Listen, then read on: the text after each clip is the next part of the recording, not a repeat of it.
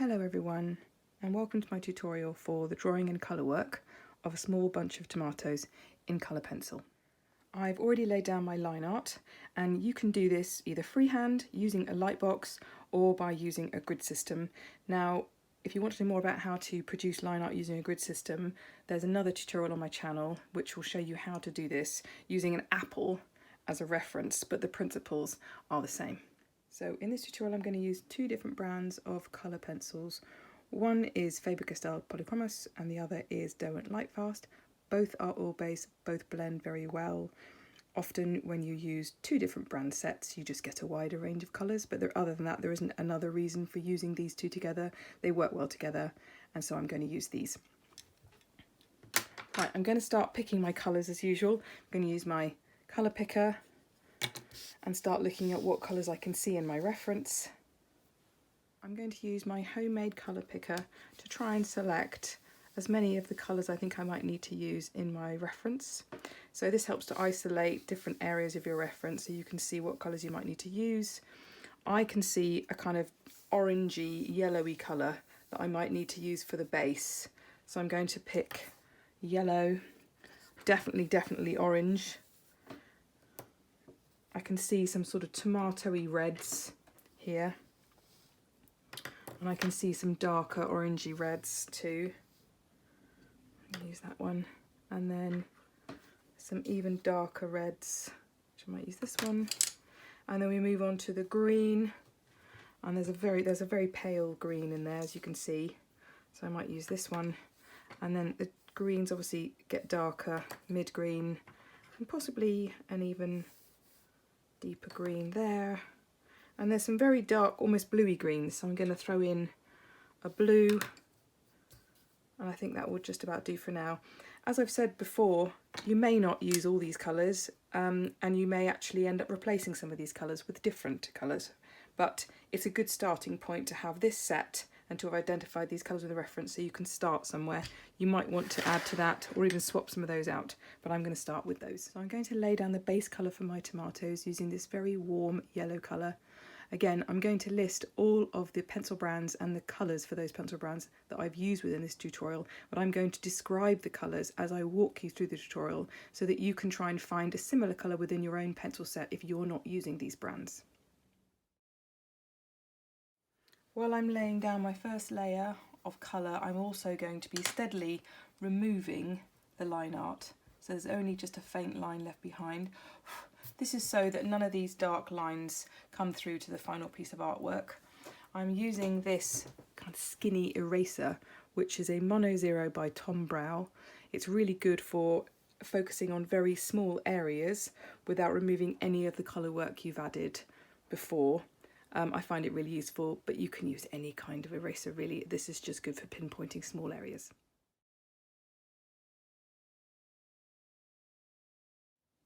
Okay, now I'm going to use this dark orange colour to add another layer on top of the yellow layer for the tomato skin. I'm going to use more pressure to pick out the darkest areas of red you can see on the reference edges. When you're adding the dark orange and you're creating these darker zones, use more pressure and then steadily use less pressure as you get to the lighter areas, so you've got this kind of smooth gradient from the darker to the lighter areas. Right, that's the mid orange layer done. I'm now going to use this mid bright red colour. It's not super dark. I want to go over the dark areas of orange that I've laid down and then use very light pressure over the lighter areas. I'm going to use a lot more pressure where the darker areas are on the reference here and around the edges where you can see shadows coming in by the green stalk.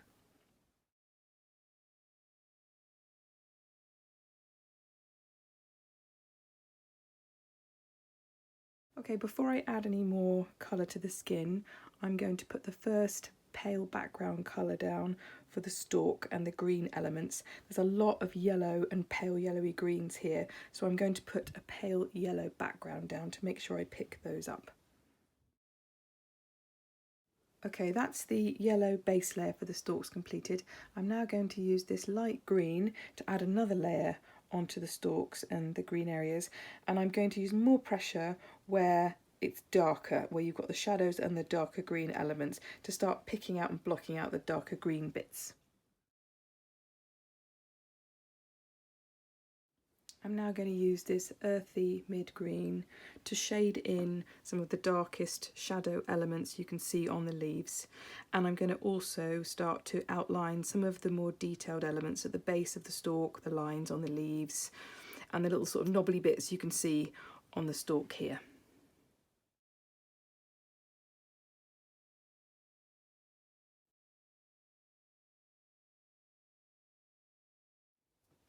Now I'm going to use this mid to dark bottle green to shade and block in the darkest shadow zones on the leaves and the stalk.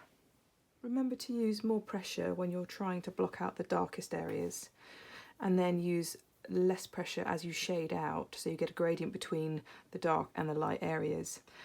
You're not just going to block over the mid-green shadow areas that you created before, you're actually trying to pick out the darkest zones within those areas to create the shadows.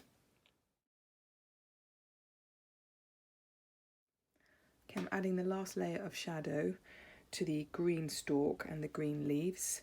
This is a black-blue colour, and I'm going to use a very, very small amount of it. I'm literally going to pick out these areas here that look the darkest, that almost look like they're a black-blue colour. So it's almost like I'm picking out accents on this to really make it pop.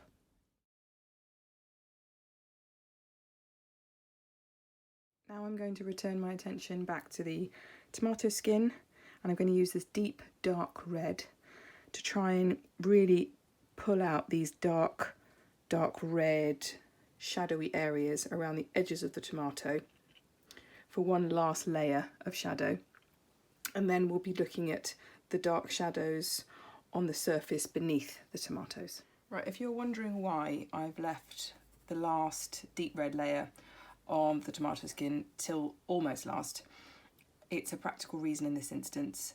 It's because I'm going to add a very heavy layer with lots of pressure, and if I'd done that before I completed the green stalks, I could have risked smudging it with my hand when I'd moved my hand over the drawing.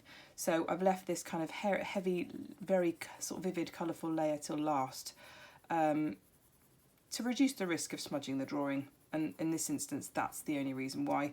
Lots of people tape up their drawings so that they don't risk smudging, or they use a piece of paper to put across it. But even the piece of paper can move and smudge the colour pencil on top around, and I'm just trying to reduce the risk of that, and that's why I'm doing this bit last.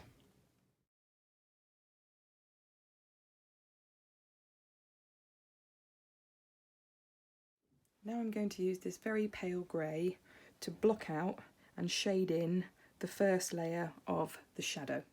If you think you might end up laying your hand across the drawing when you're adding the shadow, then I suggest you take a very clean piece of paper, put it across the area where your hand needs to sit, and then work on it like that. Try not to let the paper move because it could smudge the drawing, but this is quite a small area and it won't take us long to do this, so there's not much chance of that happening if you keep it firmly in place.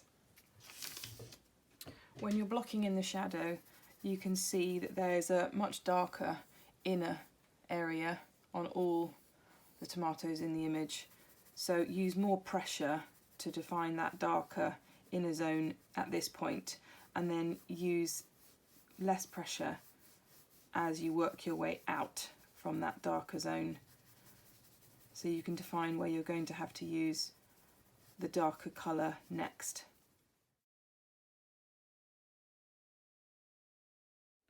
Now I'm going to use these two greys, it's sort of mid-grey and then a dark grey, to take the shadow down a couple more shades.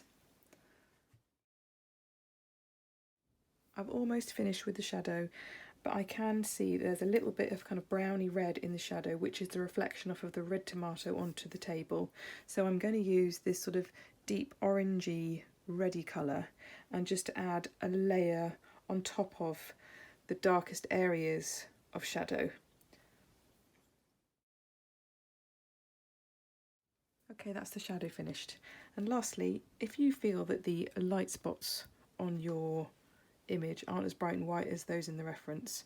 You could use an eraser to take away a little bit of the colour to take it back to a lighter and whiter highlight, or you could use a white pencil to add a layer of white over the top to make it look a little bit brighter and whiter. And that's the tomato drawing tutorial finished. I hope you all enjoyed it.